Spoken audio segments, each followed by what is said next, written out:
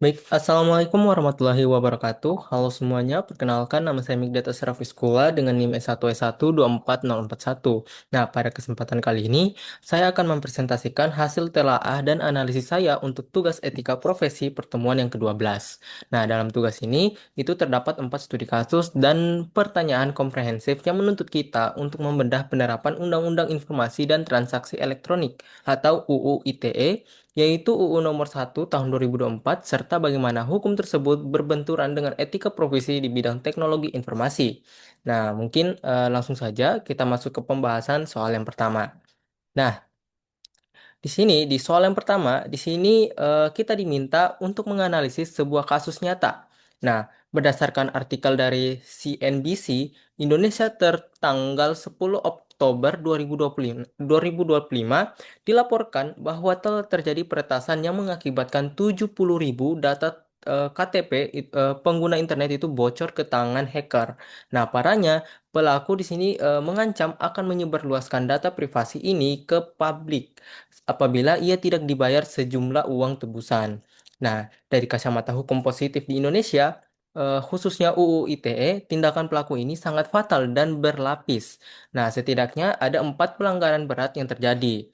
Nah, yang pertama, pelanggaran pasal 30 mengenai akses ilegal. Nah, di sini pelaku secara sengaja dan tanpa hak meretas sistem elektronik orang lain.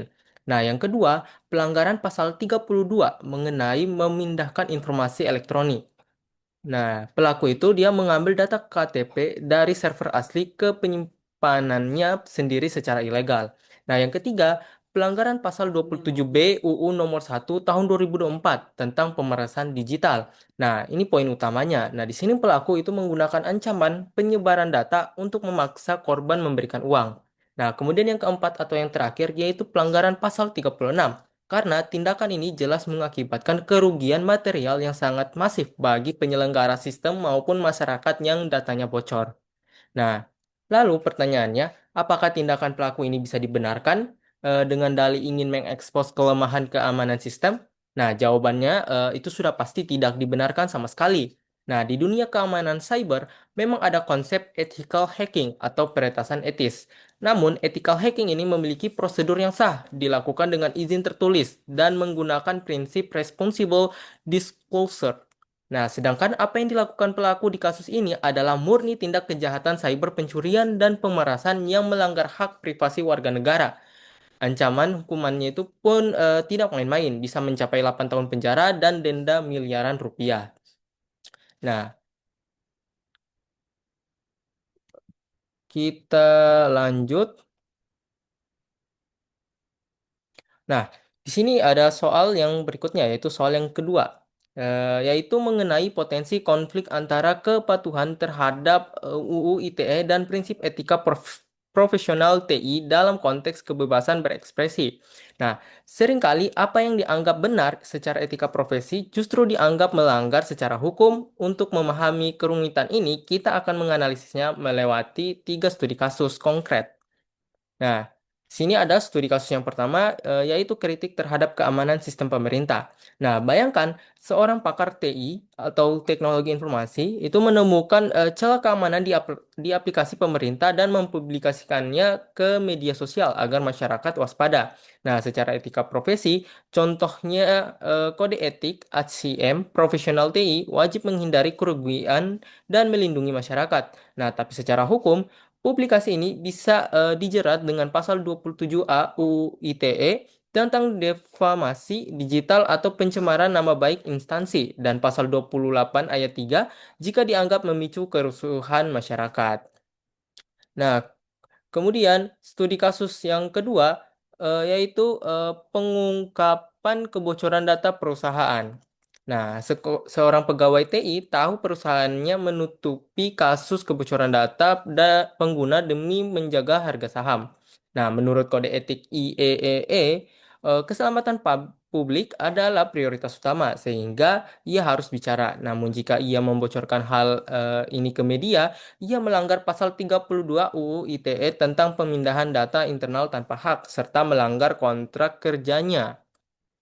Nah, kemudian yang berikutnya itu ada studi kasus ketiga, yaitu penelitian kerentanan dan responsible disclosure. Nah, jadi eh, seorang peneliti keamanan cyber ini menemukan bug di aplikasi bank. Nah, ia sudah melapor ke bank tersebut, tapi diabaikan berbulan-bulan. Nah, jika ia mempublikasikan bug itu agar bank terpaksa memperbaikinya, ia justru bisa dipenjarakan karena melakukan akses ilegal, yaitu pasal 30, saat melakukan penetration testing tanpa izin resmi. Nah, jadi dari ketiga kasus ini kita bisa melihat bahwa profesional TI sering berada di posisi dilematis.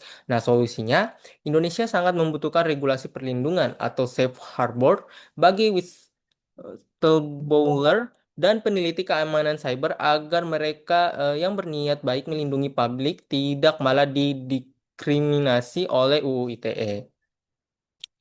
Oke, kita lanjut ke soal yang berikutnya. Di sini kita lanjut ke soal nomor 3 yaitu UU ITE di berbagai negara. Nah, jadi di sini kita diminta untuk membandingkan UU ITE Indonesia dengan regulasi di negara lain. Nah, di sini saya mengambil sampel 3 negara yaitu Jerman, Inggris, dan Arab Saudi. Nah, mari kita lihat perbedaannya. Nah, yang pertama di sini ada Jerman dengan UU NetzDG atau Network Enforcement Act 2017. Nah, di sini fokus hukumnya itu bukan memenjarakan individu, melainkan menghukum platform media sosial.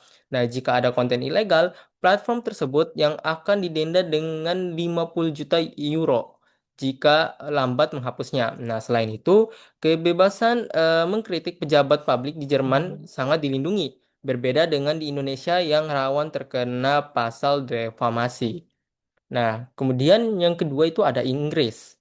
Nah, dengan Online Safety Act 2023. Nah, di sini pendekatannya mereka ini adalah duty of care. Jadi platformnya itu wajib melindungi penggunanya, terutama anak-anak secara sangat komprehensif. Nah, regulasi mereka ini diawasi oleh badan independen bernama Ofcom, bukan langsung oleh kementerian seperti Kominfo di Indonesia. Nah, berikutnya yang ketiga yaitu di Arab Saudi dengan anti-cyber crime law. Nah, jadi pendekatannya ini sangat ketat dan keras. Nah, hukuman peretasan bisa mencapai penjara 20 tahun. Dan eh,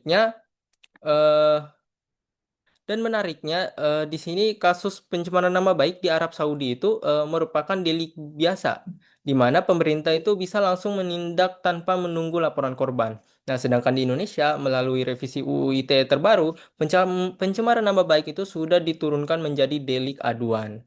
Nah, jadi kesimpulannya Indonesia itu berada di posisi moderat, tidak sebebas negara Eropa yang sangat melindungi kebebasan berekspresi, namun juga tidak seotoriter negara Timur Tengah. Nah, di sini bisa dilihat tabel untuk perbandingan dari Indonesia, Jerman, Inggris, dan Arab Saudi. Dari sini UU utama di sini Indonesia itu UU ITE nomor 11 tahun 2008 dan UU nomor 1 tahun 2024. Kalau di Jerman itu NetzDG tahun 2017 dan Inggris Online Safety Act 2023, sedangkan Arab Saudi Anti Cyber Crime Law 2007. Sedangkan dari aspek regulator Indonesia itu Kominfo, sedangkan Jerman BFG atau BNetzA, sedangkan Inggris Ofcom dan Arab Saudi CETC. Nah, kalau dari aspek denda max, di sini Indonesia 10 miliar rupiah, sedangkan Jerman 50 juta euro, dan Inggris itu 10% revenue global, dan Arab Saudi 3 juta SAR. Nah, kalau dari aspek penjara, maksimalnya di sini Indonesia 10 tahun, sedangkan Jerman 5 tahun, yang dimana itu kejahatan cyber, dan Inggris 10 tahun, dan Arab Saudi 5 sampai 20 tahun. Sedangkan dari aspek defamasi, di Indonesia itu delik aduan, sedangkan di Jerman itu perlindungan luas kritik, sedangkan Inggris itu wajib bukti serious harm, dan Arab Saudi delik biasa, yang dimana itu dia sangat ketat. Nah, kita lanjut ke soal berikutnya. Nah, di sini kita lanjut ke soal yang terakhir, yaitu soal nomor 4, yaitu pelanggaran ITE yang pernah dilakukan. Nah, jadi di sini kita diminta untuk melakukan refleksi jujur mengenai pelanggaran ITE yang pernah kita lakukan. Nah, sebagai pengguna internet sehari-hari. Nah, tentunya diukur dengan UU Nomor 1 Tahun 2024. Nah, di sini ada dua pelanggaran yang pernah saya lakukan. Yang pertama, di sini mengunduh konten berhak cipta tanpa izin atau pembajakan digital. Nah, jadi saya pernah mengunduh software, film, atau e-book dari situs bajakan. Nah, tanpa disadari, tindakan seperti ini itu secara tegas melanggar pasal 32 ayat 1 UU ITE tentang pemindahan dokumen elektronik milik orang lain secara tanpa hak. Ancaman pidananya itu bisa mencapai 8 tahun penjara. Nah, kemudian pelanggaran yang kedua yaitu menyebarkan informasi yang belum terverifikasi atau hoax. Nah, jadi saya pernah meneruskan pesan broadcast di grup WhatsApp yang ternyata isinya itu tidak benar beritanya. Nah, di UU ITE terbaru menyebarkan pemberitahuan bohong yang merugikan ini melanggar pasal 28 ayat 1 dengan ancaman pidana hingga 6 tahun penjara. Nah, refleksi ini menyadarkan saya bahwa hal-hal yang kita anggap lumrah di internet ternyata berpotensi menyeret kita ke ranah pidana. Nah, sebagai mahasiswa dan calon profesional di bidang teknologi, sudah menjadi kewajiban kita untuk jauh lebih baik dan melek hukum dalam beraktivitas di ruang digital. Nah, mungkin itu saja untuk penjelasan atau presentasi saya. Saya akhiri dengan ucapan billahi taufiq walhidayah. Wassalamualaikum warahmatullahi wabarakatuh.